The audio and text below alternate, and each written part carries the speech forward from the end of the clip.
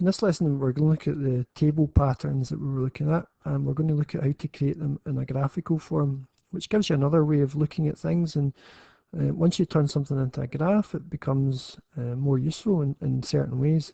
And we will look at this a bit more as you go further up in maths, and particularly on to National 5. But let's have a look at this idea first. So to look at patterns in geometry, we quite often use coordinate grids.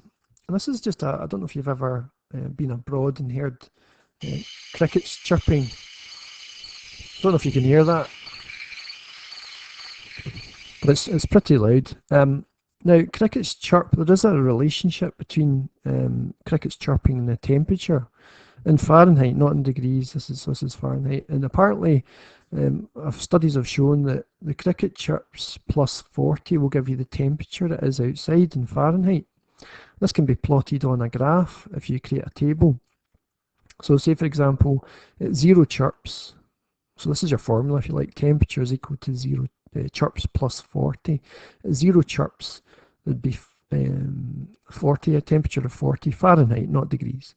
And at 10 chirps, if there's 10 chirps, 10 plus 40 makes 50 the temperature, and 20 chirps, 20 plus 40 is 60, and so on. You create this table, and what you can do with that is you can actually think of these as coordinates.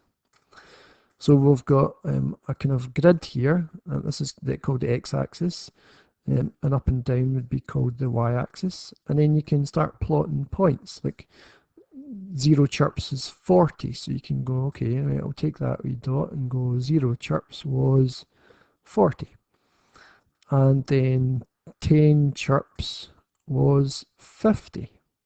So this is the 10 chirps, wasn't it? That would be 50. And 20 chirps is 60. So 20 chirps here, that would be 60. And you can see the pattern. 30 chirps is 70. So 30 chirps even, not chips, is 70. 40 is 80, and so on. So 40 was 80. And I think 50 was 90. Now what happens if you join these dots up? You should form a straight line. Now this is called a linear relationship. Linear means straight, and tables that have a linear relationship, when you plot them on a graph, create a straight line.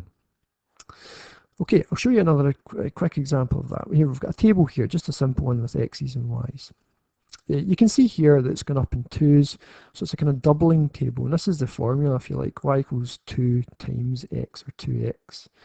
Now again, what you can do is with these you can create coordinates, so that would be 0, 0, that would be 1, 2, that would be 2, 4, and that would be 3, 6. Okay, and then if you plotted those coordinates on the diagram below, well, the first one's 0, 0, so let's plot that down in this bit here. So there's 0, 0 there, isn't it? And then what have we got? 1, 2, so it's 1 along, 2 up. So I'm not going to go into a whole coordinates lesson, but you go along first and then up. Then it's 2, 4, so it would be 2 along and then 4 up. And then you would have 3, 6, so 3 along and 6 up. And you can again see that if I draw a line through these dots, it creates a straight line, which is called a linear line and a linear relationship between the x and the y coordinates.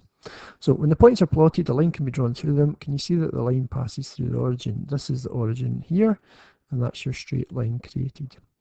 As I say, that's probably enough for just now, and we do investigate this further as you go further up in maths, but maybe a wee bit of practice on that, getting your table, creating the coordinates, and then plotting them. Remember, along first, then up or down.